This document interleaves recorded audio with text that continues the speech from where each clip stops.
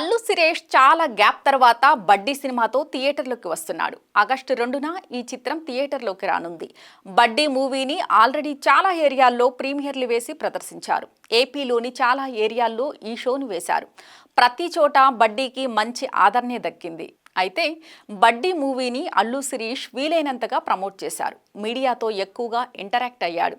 ఈ ఈవెంట్లో సందడి చేశాడు. ఈ మూవీని ఇక ఆడియన్స్ ముందుకు అయితే తీసుకొచ్చేశాడు. బడ్డీ మూవీని చూసిన నిర్మాత ఎస్కేఎన్ స్పందించాడు. తన స్టైల్లో రివ్యూ ఇచ్చాడు. బడ్డీ చిత్రం నాకు నచ్చింది. ఏఎంపీలో ప్రివ్యూ చూసా. ఖచ్చితంగా అందరూ చూడదగ్గ చిత్రం. పిల్లలు పెద్దలు అందరికీ నచ్చే చిత్రం ఇది. అల్లు శిరీష్ అద్భుతంగా నటించాడు. పాత్రలో లీనమయ్యాడు. తెలుగు డైలాగ్స్ పంచులు బాగా సెట్ అయ్యాయి. హిప్ హాప్ ఆర్ఆర్ పాటలు బాగున్నాయి. అవే సినిమాకు ప్రధాన బలం.